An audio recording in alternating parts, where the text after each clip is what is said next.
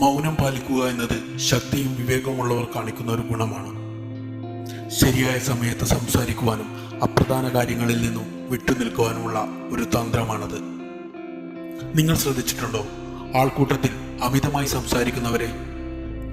അവരായിരിക്കും കൂട്ടത്തിൽ ഏറ്റവും വലിയ ദുർബലൻ.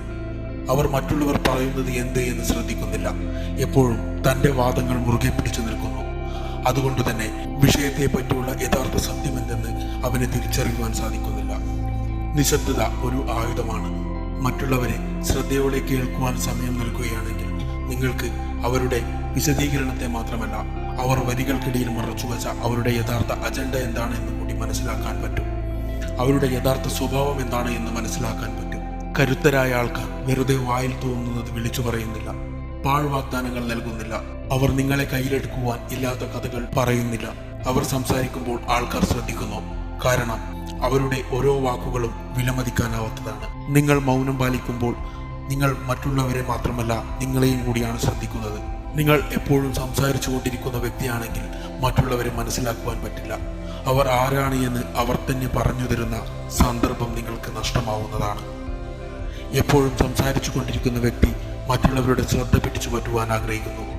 ജീവിതത്തിൽ വിജയം കൈവരിക്കുന്നത് നിങ്ങൾ എത്ര സംസാരിക്കുന്നു എന്നതിനെ ആസ്പദമാക്കിയല്ല, നിങ്ങൾ എത്രത്തോളം മനസ്സിലാക്കി എന്നതിനെ അടിസ്ഥാനമാക്കിയായിരിക്കും. സംസാരം കുറച്ച് ശ്രദ്ധ കൂട്ടുമ്പോൾ നിങ്ങൾ പഠിക്കുന്നു. നിങ്ങളൊരു ചെസ് ഗെയിം ശ്രദ്ധിച്ചിട്ടുണ്ടോ? പ്ലേയേഴ്സ് നിശബ്ദമായിട്ടാണ് ചെസ് കളിക്കുന്നത്. അവർ നിശബ്ദമായി ബോർഡുകളെ കുറിച്ച് പഠിക്കുന്നു, എതിരാളികളുടെ മൂവ്മെന്റ്സിനെ കുറിച്ച് പഠിക്കുന്നു, എന്നിട്ട് കൃത്യമായ സമയത്ത് പ്രവർത്തിച്ച് വിജയം നേടുന്നു.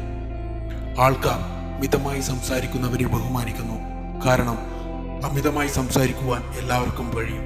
എല്ലാവർക്കും താൻ കരുത്തനാണ് എന്ന് പറയാം, എന്നാൽ യഥാർത്ഥ ശക്തൻ താൻ ശക്തനാണ് എന്ന് പറഞ്ഞുകൊണ്ടിരിക്കില്ല.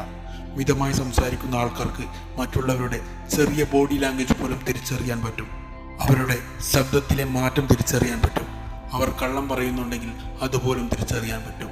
മിതമായി സംസാരിക്കുന്നവർ ശക്തരാവാൻ കാരണം അവർ എപ്പോഴും നിരീക്ഷിക്കുന്നു, മനസ്സിലാക്കുന്നു.